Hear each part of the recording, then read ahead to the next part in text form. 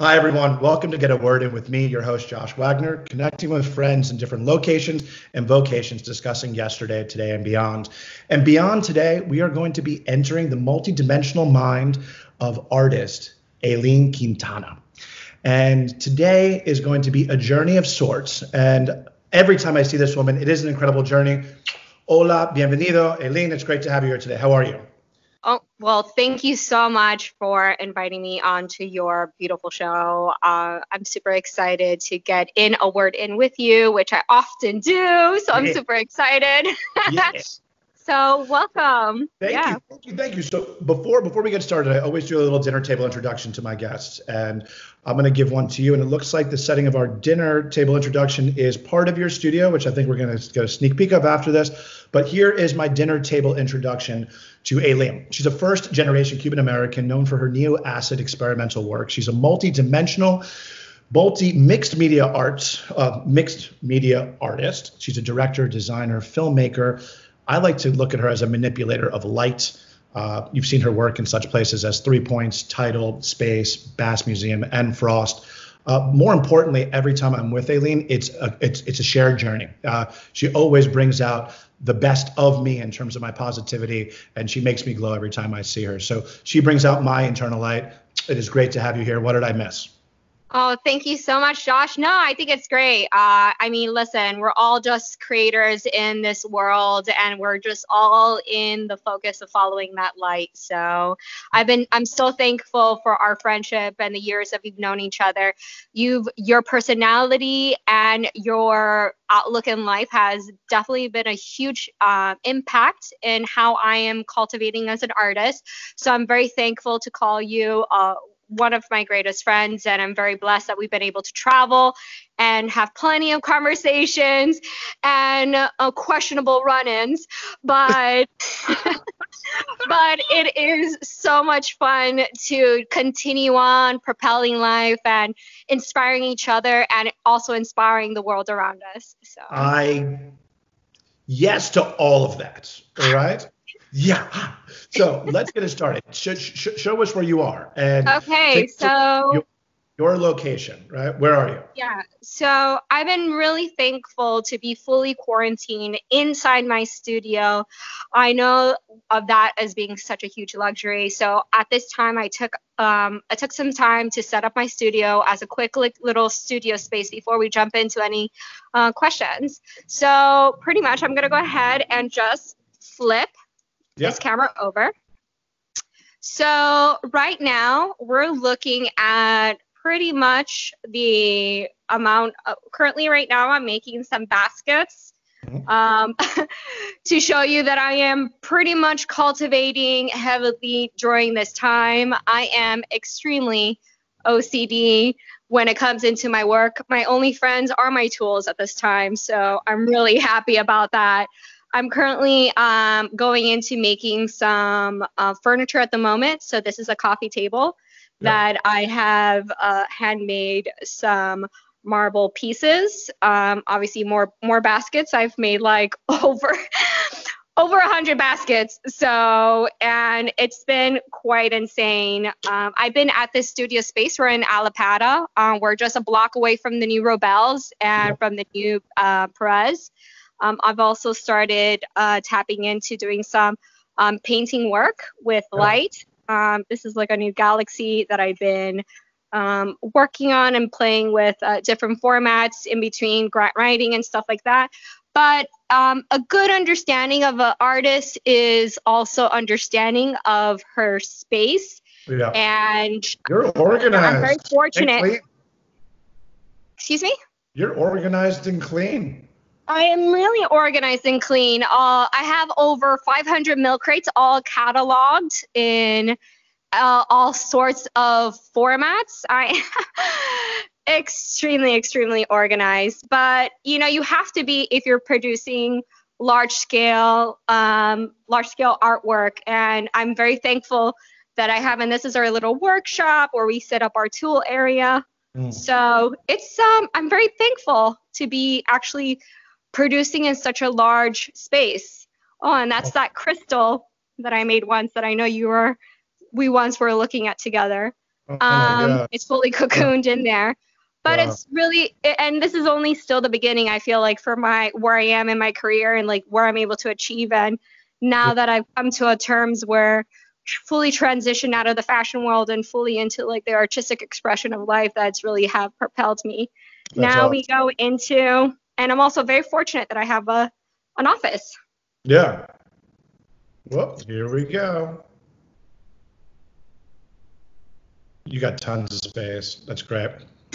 We're very fortunate to have all of this new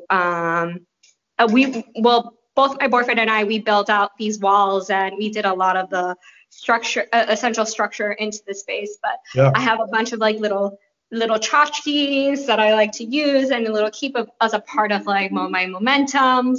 And this is just my continuing processing of like how I see things. Obviously, I have my title sculpture that Wow. I use, that I have here. This My is little making fish me, tank.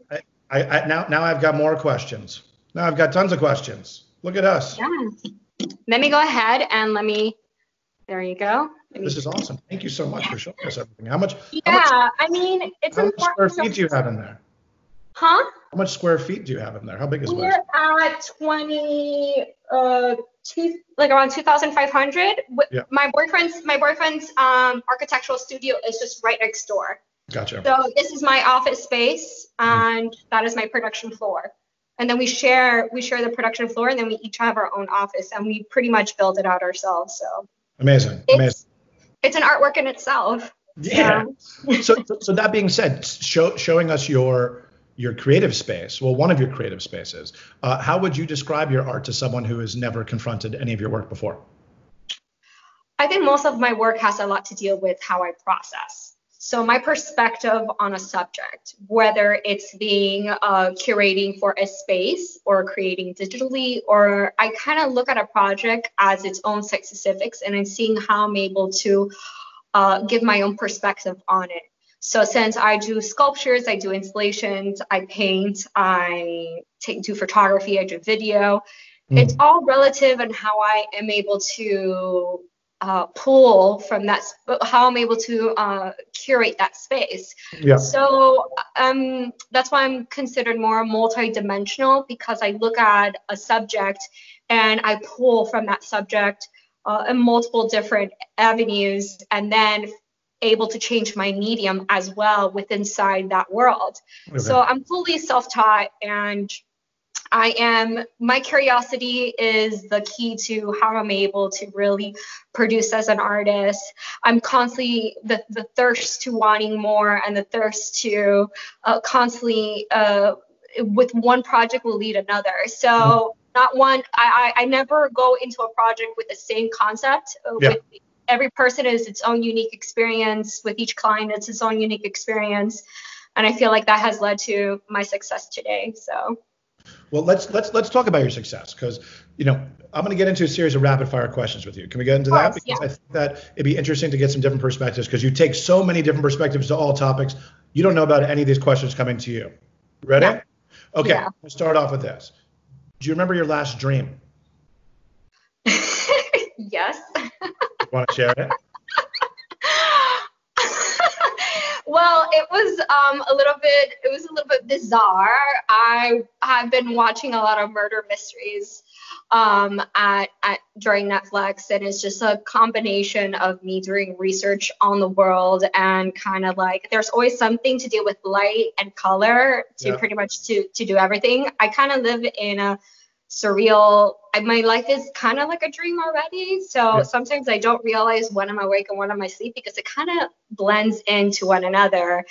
Okay. Yep. So let's consider this a good dream right now. Next question for you. What is the largest by size installation you've ever done?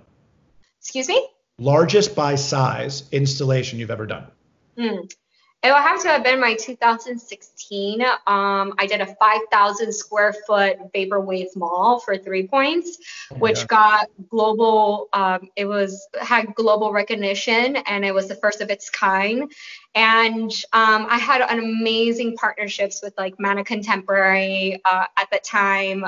American Apparel partnered up with me, and essentially I created this mall from the internet into an actual practice. I had about 60 people working for me and to facilitate this program, and I had about 5 artists that I showcase under as myself as a creative director, and I was able to pop up as not only as an artist but as a director inside this program and facilitate everyone developing within inside a space. So there was performances, and I performed in front of a live audience as well during this 2016 as a performance artist, and where I hydro dipped myself in public, and it was kind of interesting. My whole body was hydro dipped, and it was really cool. So it's just a process.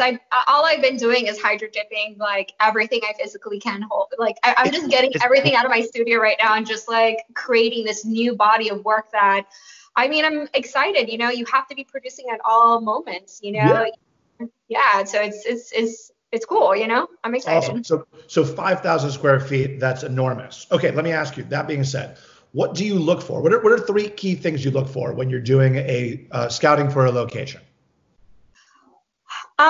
Light, architecture, obviously natural light as well. No light and architecture to the space is really, and obviously square footage. Sometimes people want me to go more because they know I can, but it's all about how, you know, it's interesting when I show up to places now. It's just naturally I'm hallucinating and I see the picture of what's, I'm already foreseeing it. I don't know. I have a condition called synesthesia, which is an audio visual condition. It happens to about 10% of individuals, and pretty much in layman's terms, this is where my audio and visual collide with my visual and create an alternate sense where I'm pretty much seeing music. Wow. So audio, but it's not just music, it's audio textures. Okay. It can be anything. Talking, footsteps, urban sounds. Wow. I call them audio collages because it's organic, constantly happening, but I am already foreseeing color palettes and seeing textures based off of organic sounds as well. So it's great because I'm in a perpetual trip. But sometimes I'm not allowed to drive. But that being said, so you see music. That's actually going to lead me to my next question. Do you listen to music while creating art? I think I listen to music as a huge part of my process, and I think some of my biggest clients right now are inside the music fields because of my association with an audio translating into a visual. So I take from the visual, I take from the audio, and I'm able to really translate that to its own identity. Okay. So music is always playing, you know, it's a lot of ambient stuff because I like to keep it vocals sometimes distractions.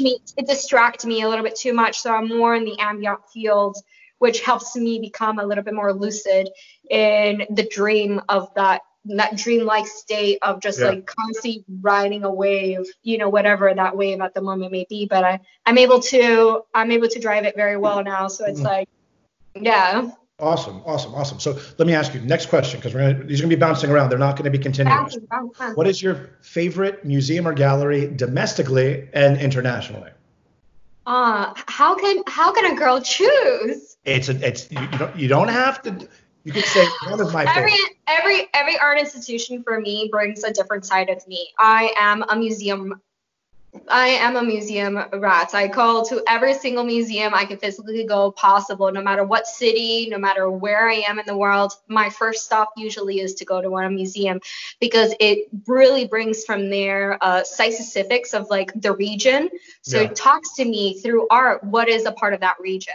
Mm. So I mean, locally, I'm very fortunate to be a part of all of the, I'm a member of all museums. Yeah. There should be an annual pass to all museums, but it Agree. should be, yeah. But obviously, my affiliation as of I was with I've been a part of like the Prez contemporary program for over 10 years, and it's a young professional. It was a young professional committee that got dissolved about 3 years ago, but I'm still in great standings and volunteer with everything that they're doing socially. And Yeah. again, I've been working a lot with the Bass Museum as well on creating one-of-a-kind experiences for them and helping them through their fundraiser and being a part of their committee as well. So Very it's cool. nice to be an art, but also an art activist. So you need to be able, I want to say I want to use my powers for good. Yeah. I don't know what else to do but to create and then inspire those to create as well. So museums, all of them. Bring it on. All of them. Okay. Um, who have you been in a previous life? I'm definitely not from this planet. Yeah. That's for sure. Nope. I am a unique and individual. Even clients already even know that I talk differently or even I write differently. So they just accept the terms. I literally say, I am different. Do you accept the terms of the conditions? You have to check this box in order for us to hang out.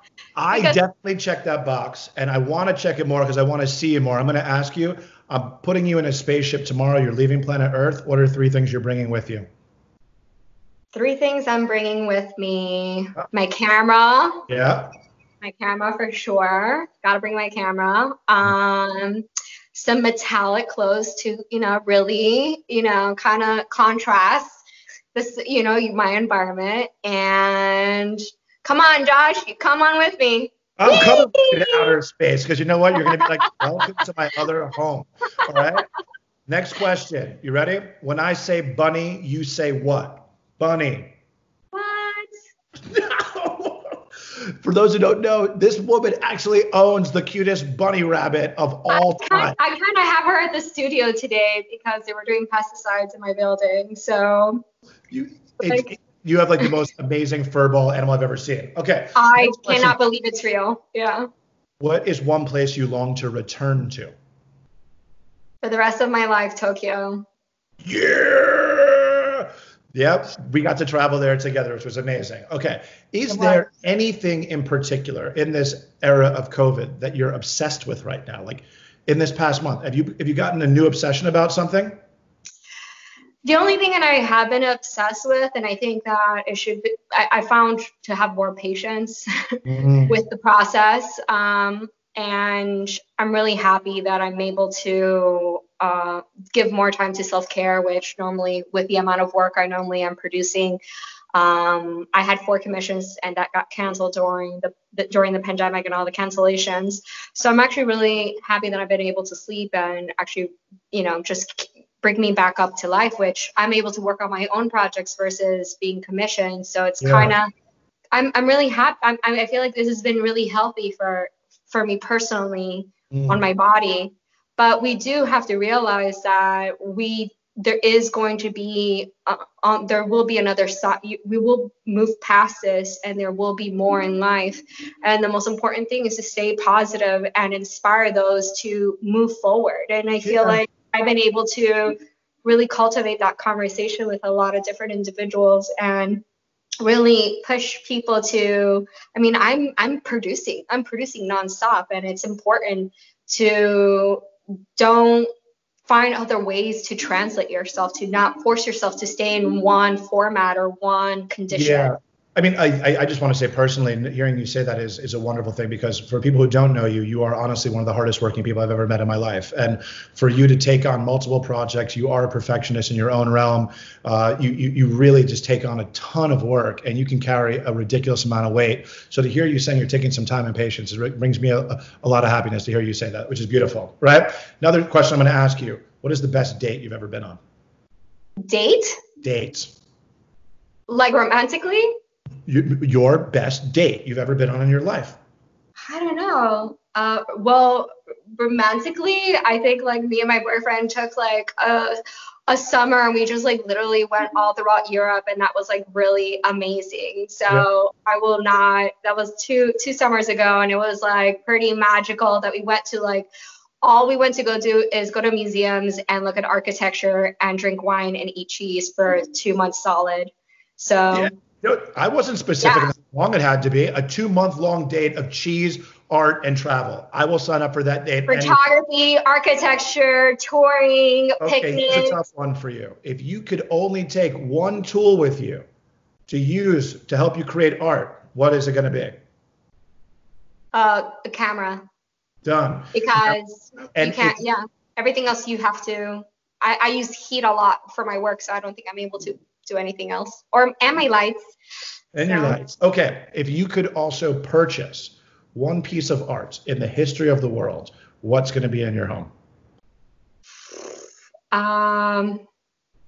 it's really hard. Julio de Parque is really an impactful artist to me. Mm.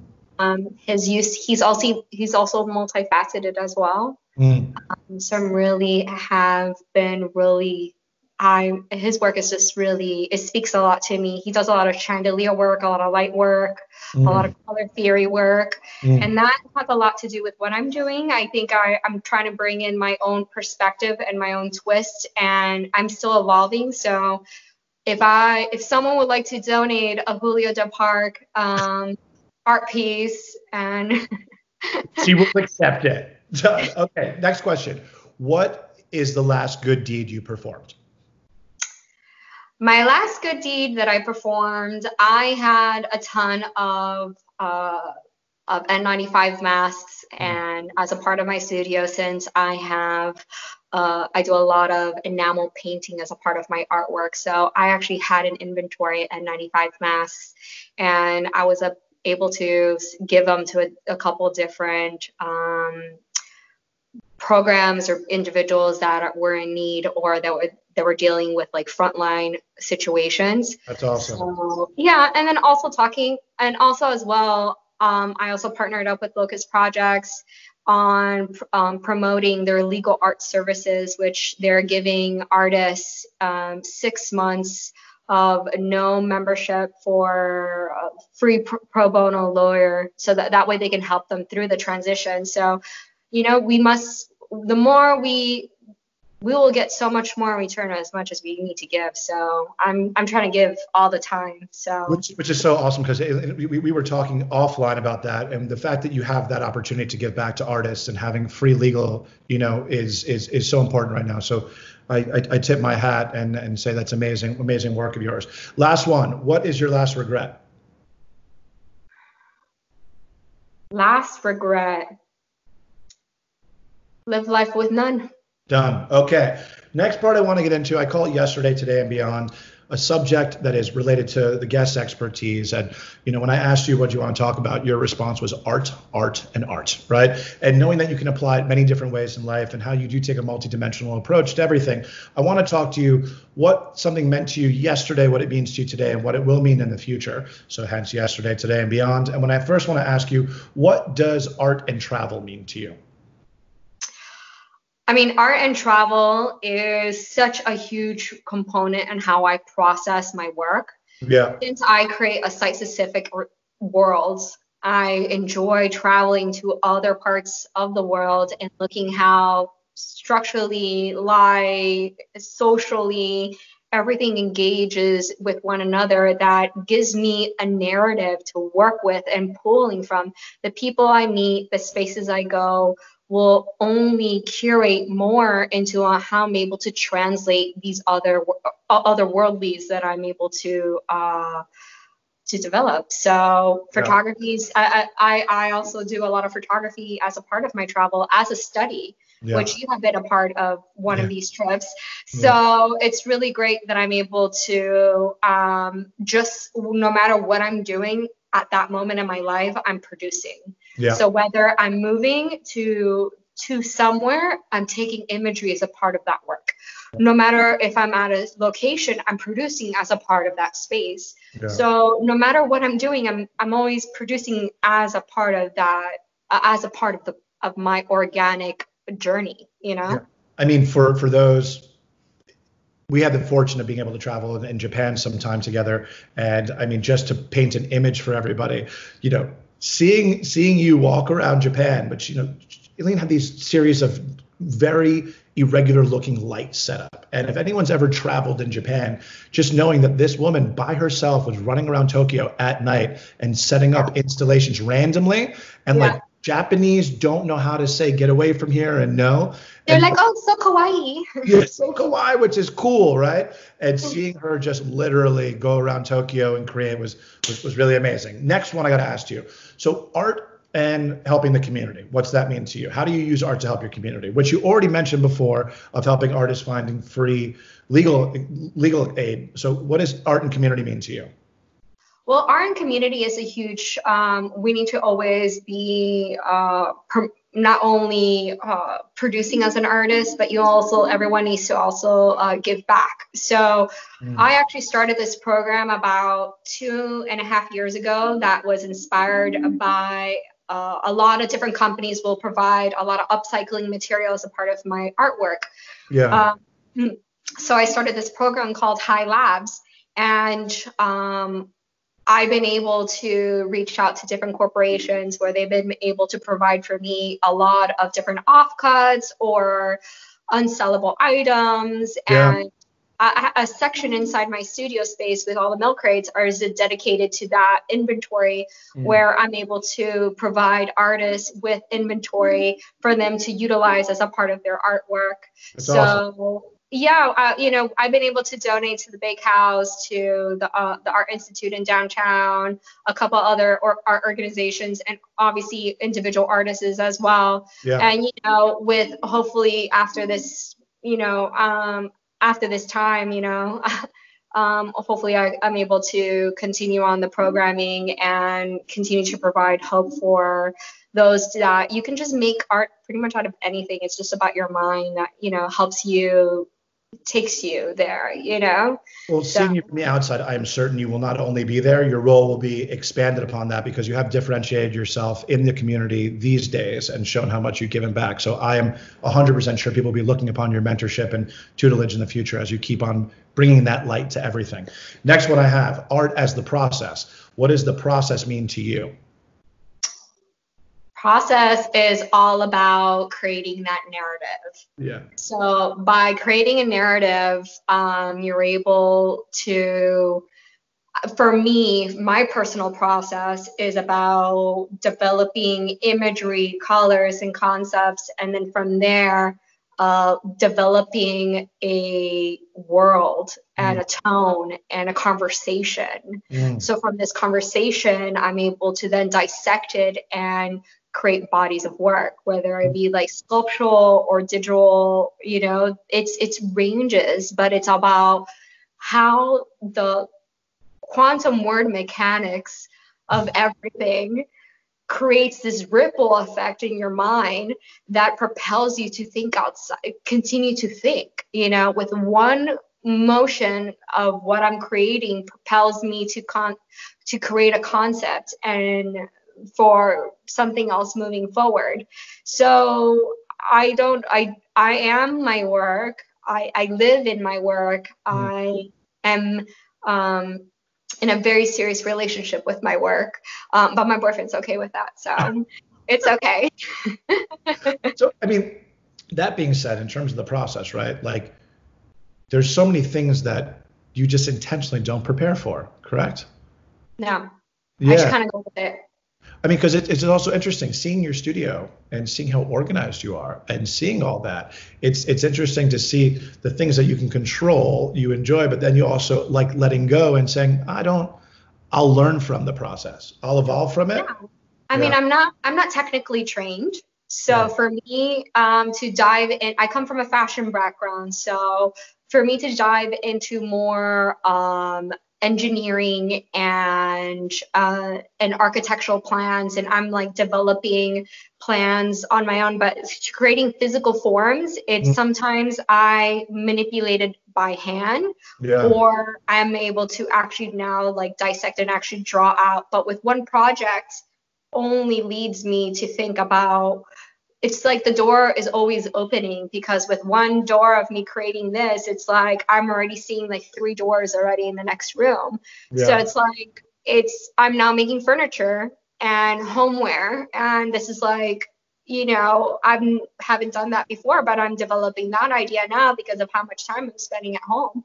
So it's like, it's all a perpetual conversation in my life. The only thing I can think about is it's my curiosity that propels me to move forward. Like I'm constantly curious. I'm constantly questioning everything, and why is the most important thing of it all, and how is that, and if I do create that one conversation, how does it reflect and how others are going to be affected by that conversation.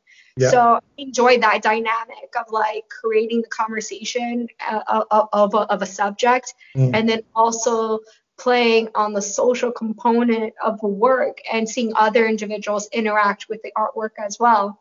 Yeah. So I like the mixture of that conversation, and I enjoy, and I actually use individuals that walk into my expositions. I Mm. use those individuals as subjects as well, Mm. because I can understand, I'm able to see what makes people move and how, so it's a constant Yeah. evolution of work, like, I mean, I build sculptures now, and I'm like, that's like, it's hard, Yeah. Well, you know what? For me, Thank you, Google.